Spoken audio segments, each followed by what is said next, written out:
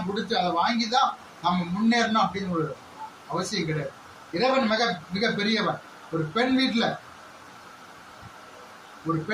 10 பவுன் 20 பவுன் 30 பவுன் 40 பவுன் அதை வாங்கி நீங்க திருமணம் பண்றதை விட வாங்காம நீங்க திருமணம் பண்ணா அவங்க கொடுக்க வேண்டியதை விட 10 மடங்கு இறைவன் கண்டிப்பா உங்களுக்கு கொடுப்பான்.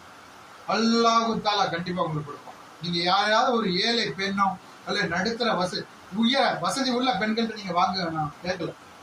நிறைய வசதி உள்ளவங்களும் இருக்கிறாங்க. அவங்ககிட்ட நீங்க கேட்காதீங்க, அவங்க தான் போடணும். கேட்கறதுக்கு அனுமதி கிடையாது. இஸ்லாத்துல வரதட்சணை கேட்பதுக்கு அனுமதி கிடையாது. வசதி உள்ளவங்க தாங்களாக முன் வந்து அவங்க செய்வாங்க, செய்யாம அனுப்ப மாட்டாங்க. நடுத்தர வசதி குறைந்தவர்கள் அவங்க எதாட்டும் போட முடியாது. நமக்கு சொல்லி ஒரு மனசாட்சி இருக்கு.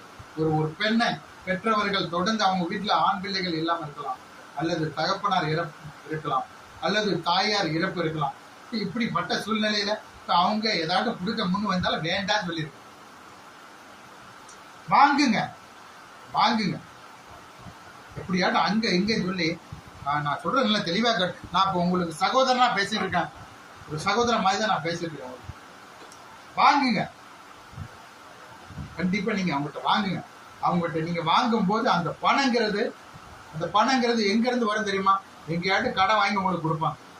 அங்க எங்கன்னு சொல்லி நான் ஒரு 2 மாசத்துல தரேன், 6 மாசத்துல தரேன், 2 வருஷத்துல தரேன்னு சொல்லி அங்க எங்க கடன் வாங்கி தான் ஒரு 5 பவுன் 10 பவுன் உங்களுக்கு போட்டுருக்கோம். இதுதான் 100க்கு 100 உண்மை. உங்களுக்கு அவங்க நகை போட்டுட்டாங்க, வசதி இல்லை இருந்தாலும் அவங்க 10-5 பவுன் நகை போட்டாங்கன்னா அந்த நகைக்கான வாங்கிய கடனை அடைக்கிறதுக்கு அவங்க